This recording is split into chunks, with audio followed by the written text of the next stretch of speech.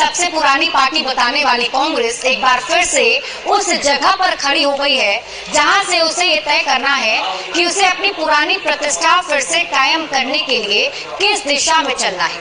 Party के पास एक विकल्प है, बीजेपी के साथ टकराव वाली राजनीति के पथ पर चलते रहने की, जो कि अभी मल्लिकार्जुन खड़गे की अगुवाई और राहुल गांधी के मार्गदर्शन में हो रहा है। दूसरा विकल्प वो है जो केरल से पार्टी सांसद और पूर्व केंद्रीय मंत्री शशि थरूर ने दिया है।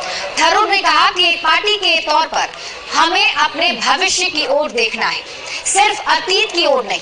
एक ऐसी पार्टी जिसका दृष्टिकोण सकारात्मक हो, ना कि मात्र नकारात्मकता भरी हो। एक ऐसी पार्टी जो समाधान बता सके, ना कि सिर्फ नारेबाजी करती रह जाए।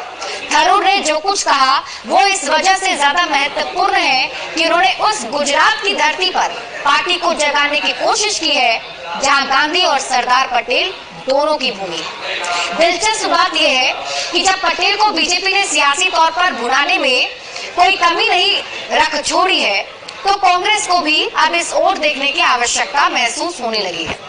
थरूर के मुताबिक हमें पहले जो वोट मिले उसे बनाए रखने की आवश्यकता है, लेकिन हम पिछला 3 चुनाव जीतने में नाकाम रहे और ये संकल्प हमें उसी की ओर ले जाता है। ये एक ऐसा संकल्प है जिसमें सकारात्मक आलोचना के लिए जगह है, सिर्फ नकारात्मक तक सीमित रहने के लिए नहीं।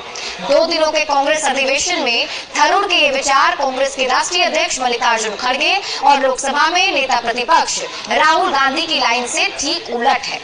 कांग्रेस के इन दोनों शीर्ष नेताओं ने उस गुजरात में बीजेपी और आरएसएस पर अपना हमला जारी रखा, जहां 3 दशकों से इनकी विचारधारा का दबदबा कायम है और हाल के निकाय चुनाव में कांग्रेस का मुस्लिम जनाधार भी उससे छिटक कर भाजपा की मुंह देखने लगा है। राहुल गांधी और खड़गे के नेतृत्व में कांग्रेस बीजेपी और संघ पर हमला जारी रखने के लिए नए वक्फ कानून को अपना हथियार बनाना चाहती है और इसे कथित रूप से धार्मिक स्वतंत्रता और संविधान के खिलाफ बताने की कोशिश कर रही है। कांग्रेस का आरोप है कि कथित तौर पर मुसलमानों को निशाना बनाने के बाद आरएसएस और बीजेपी ईसाई, सिख और अन्य अल्पसंख्यकों को भी टारगेट करेंगे। इसके अलावा कांग्रेस ने बीजेपी पर चुनाव में कथित धांधली और संविधान के लिए खतरा बताने के साथ साथ उसके कथित विभाजनकारी विचारधारा के नाम पर भी निशाना साधने की कोशिश की है।